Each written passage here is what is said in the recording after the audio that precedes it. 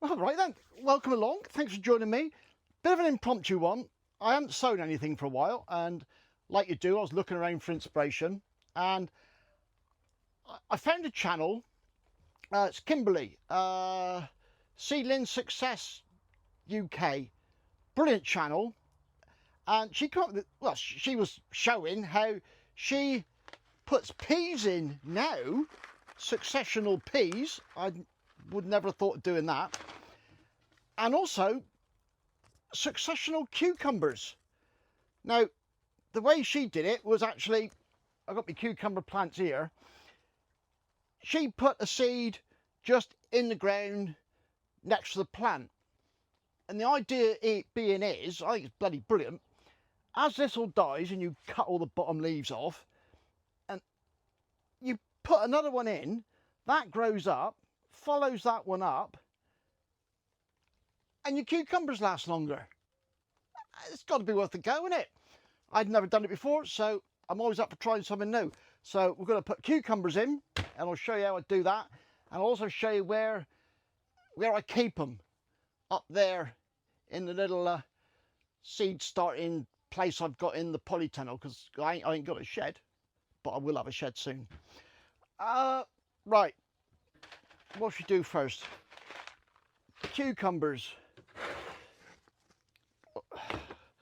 What are these? Carmen, 4 seeds. There again, how many cucumbers do you need? I mean, we've got 2 here.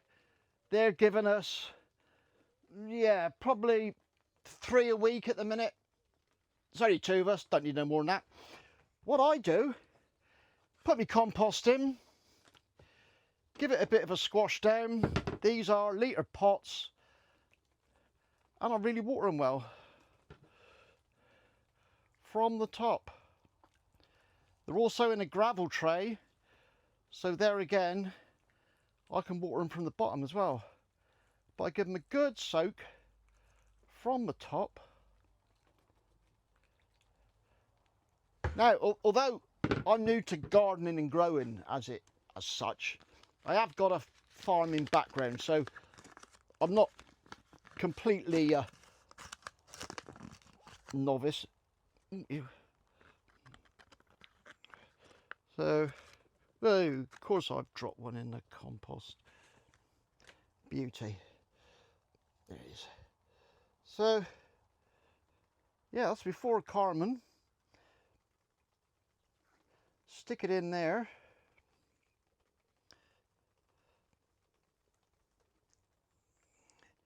And I mean, there again, especially this time of year, well, in my head, by putting them in quite a big pot, the bigger pot should hold the moisture well. So that's just in the holes, just give it a water again. I like to see it come out the bottom of the pot, if I'm honest. I like to be honest. There we go, coming out the bottom of the pot. So that's there. And then something else I do, there again, just to help retain the moisture, is give it a good covering of fine vermiculite. There we go. Now, none of these will germinate, but give it a go, innit? So that's me, Carmen. My peas, I know everybody grows peas in gutters, but I got someone else grown in gutters actually. They're up there in the seed starting station. I'll show you that in a minute. What I got my peas in are one of these. They're round 3-inch pots. They're in these plastic things.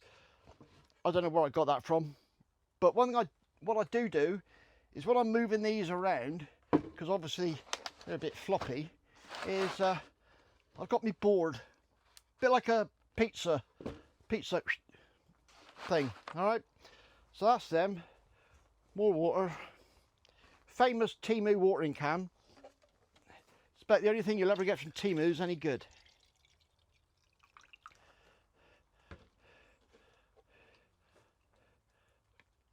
And there again, getting it wet. And peas, one thing I've picked up on and learnt is they can stick being soaking wet until they germinate. So you can't really overwater peas for germination, I don't think. I might be wrong, but it's just what I've observed. When I've grown them in the gutters, I've always watered them in water sopping wet, and they've always germinated well. If you think about it, a pea is quite a big dried out thing, isn't it? You know, if you're dried out, you need plenty of water. Right, so peas I got are Onward. They're one of my favourites. Really tasty, grow really well. And the ones I've got out grown at the minute, they're nearly over, so I'll probably put these in where the others come out of. Right. I'll say about germination, but I am going to put 2 in each. Jam in a hole with my Sharpie, because I ain't got my dibber on me. Giggity. And the other thing I do with my peas is when I plant these out, I just dig a trench, stick these in. I always stick a few peas underneath the pot. And who did I pick that up off? Steve's Kitchen Garden. And yeah, they germinate surprisingly well just underneath, and they're quite obviously they're way behind these, and if there are any slugs or anything, the slugs tend to go for them instead of the peas.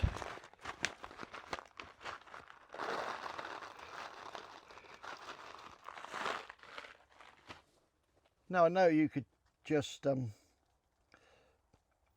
stick these straight out in the ground. In fact, Kimberly did put them straight out in the ground, but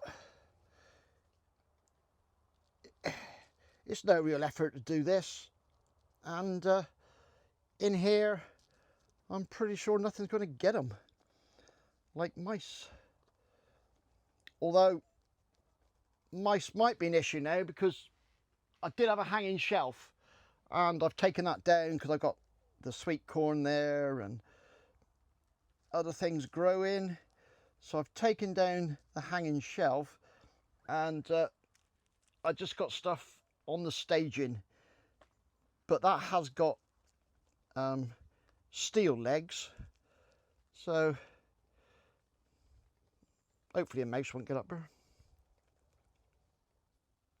Although someone, I'll show you in a minute, someone's at the top of me, I don't know, it's me dwarf beans or me French runner beans. Yeah, someone's at them. I don't know if it's not sparrows, because believe it or not, yeah, everybody goes on about pigeons eating your peas. The sparrows round here have been eating my peas. Unbelievable. Right, let's push that down around.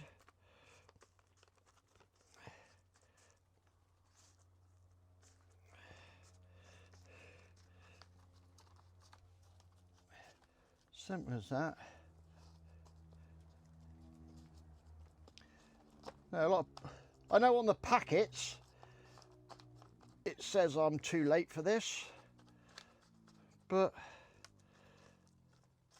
that's just a guide, isn't it? You know, remember, I'm down here in sunny Cornwall, so hopefully we have I could do with a bit of a topping up, you know. Yeah, I'll put a bit more compost over the top of them. Won't hurt. See, that's the other thing I've picked up.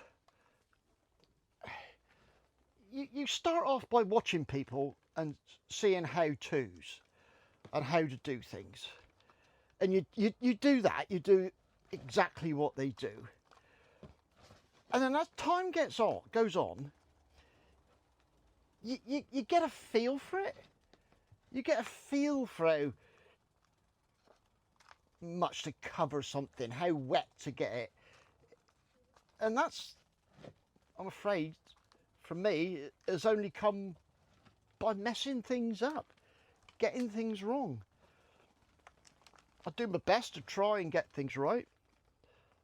I'm one of these annoying people that'll research things, and I also don't like not doing things well.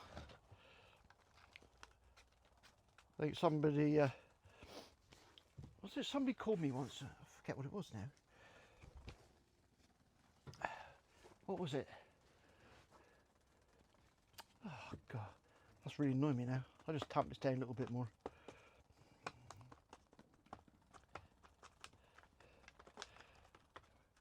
When somebody always does things. Oh, that's bugging me now, I can't think.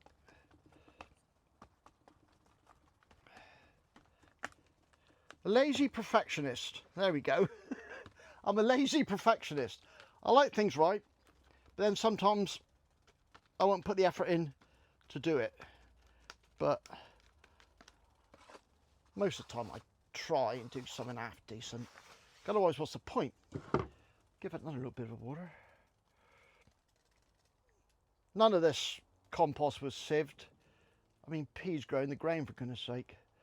No need to get too excited.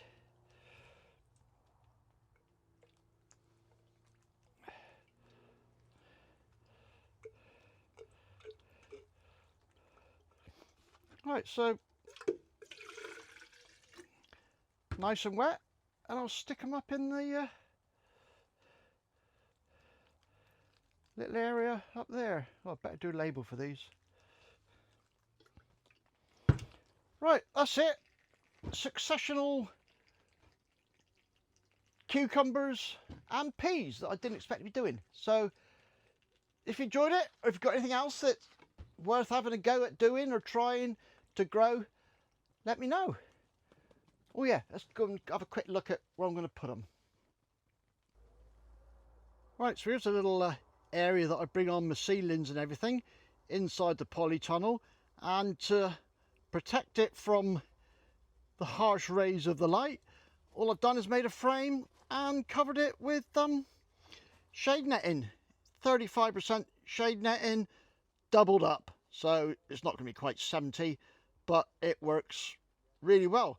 And yeah, we got some dwarf beans there coming on. Obviously the peas we just done. Oh yeah, things to grow in gutters. Radishes. Brilliant.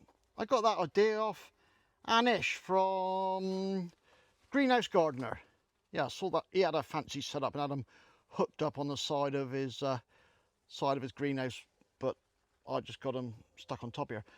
And there we got the French climbing beans. They haven't been in there very long. This weather, at least it's bringing on the seedlings well, as long as you keep them out of direct sunlight. Right, that's it.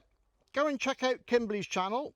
It's rather wonderful, especially if you're like me and keen to learn. She explains things really well.